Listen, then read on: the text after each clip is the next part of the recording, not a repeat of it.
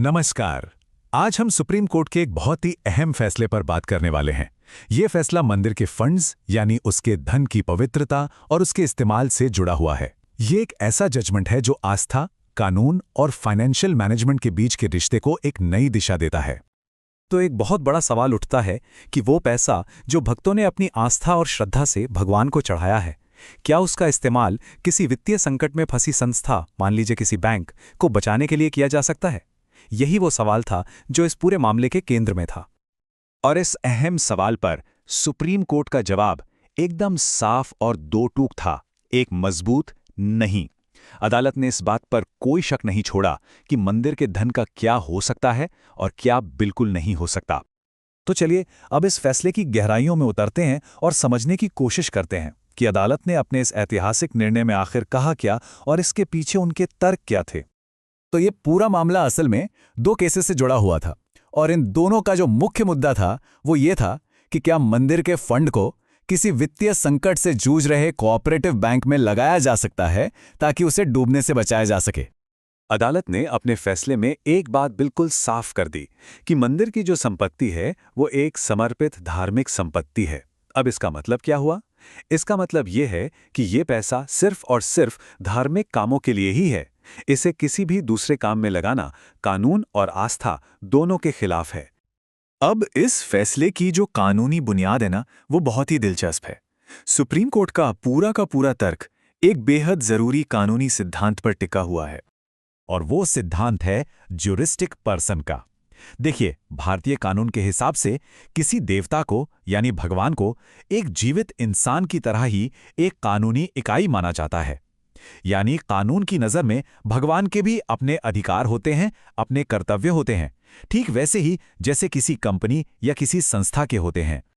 इसको ऐसे समझिए, जैसे एक आम इंसान प्रॉपर्टी खरीद सकता है, किसी पर केस कर सकता है, ठीक उसी तरह एक देवता भी ज्यूरिस्टिक पर्सन होने के नाते संपत्ति के मालिक हो सकते हैं।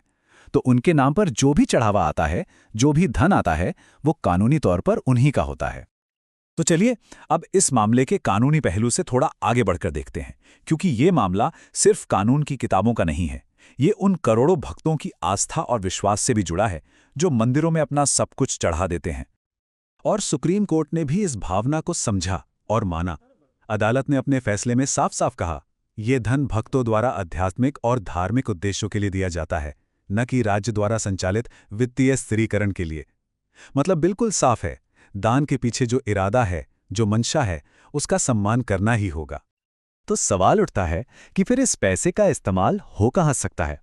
अदालत ने यह भी एकदम साफ बताया है, इस फंड का इस्तेमाल सिर्फ मंदिर के रखरखाव के लिए, पूजा पाठ और दूसरे धार्मिक अनुष्ठानों के लिए, मंदिर के रोजमर्रा के कामकाज चलाने के लिए और सबसे जरूरी देवता की संपत्ति की सुरक्षा के लिए ही हो सकता है। और हाँ, इस फैसले में उन लोगों के लिए भी एक बहुत सख्त और साफ संदेश है जो मंदिर का मैनेजमेंट देखते हैं, यानी जो एडमिनिस्ट्रेटर हैं। ये एक तरह से उनकी जिम्मेदारियों को लेकर एक चेतावनी भी है। अदालत ने फिड्यूशरी रिस्पॉन्सिबिलिटी शब्द का इस्तेमाल किया, जिसका मतलब है सर्वोच्च प्रत्यायी जिम्मेदारी। अब ये एक भारी भरकम कानूनी शब्द है, लेकिन इसका मतलब सीधा सा है कि आप पर पूरा भरोसा किया गया है और आपका ये सबसे बड़ा कर्तव्य है कि आप देवता की संपत्ति की पूरी ईमानदारी से रक्षा करें। तो फिर एक एडमिनिस्ट्रेटर का काम क्या है? पहला, मंदिर की सारी संपत्ति और फंड को सुरक्षित रखना। दूसरा, पैसे को सिर्फ सुरक्षित और कानूनी तौर पर सही जगह पर ही इन्वेस्ट करना। तीसरा, ये पक्का करना कि पैसा सिर्फ और सिर्फ धार्मिक कामों पर ही खर्च हो। और चौथा, अगर कोई भी गड़बड़ी होती है तो उसकी कानूनी जवाबदेही के लिए हमेशा तैयार रहना। तो अब बात करते हैं कि इस फैसले का असली मतलब क्या है और इसका असर कितना दूर तक जाएगा, क्योंकि ये सिर्फ एक केस का नतीजा नहीं है, ये एक मिसाल है जो आने वाले वक्त के लिए रास्ता दिखाएगी। देखिए, इसका असर बहुत गहरा होने वाला है। सबसे पहले तो ये पूरे देश में मंदिरों की संपत्ति को एक मजबूत कानूनी कवच देता है। दूसरा, ये सभी मंदिर प्रशासनों के लिए एक स्टैंडर्ड सेट करता है कि उन्हें कैसे काम करना है। तीसरा, ये एक बिल्कुल साफ संदेश है कि धार्मिक पैसे का इस्तेमाल अपने राजनीतिक या वित्तीय फायदे के लिए नहीं किया जा सकता। और आखिर में ये धार्मिक संस्थानों की स्वायत्तता को बनाए रखता है। और आखिर में ये फैसला हमें एक बहुत बड़े सवाल के साथ छोड़ जाता है आज के दौर में जब हमारे संस्थान नई नई चुनौतियों का सामना कर रहे हैं, तो हम आस्था से जुड़ी पवित्र चीजों और दुनियादारी की लौकिक चीजों के बीच की इस बारीक सी लाइन को कैसे बचाकर रखेंगे? ये एक ऐसा सवाल है जिस पर हम सबको सोचना चाहिए।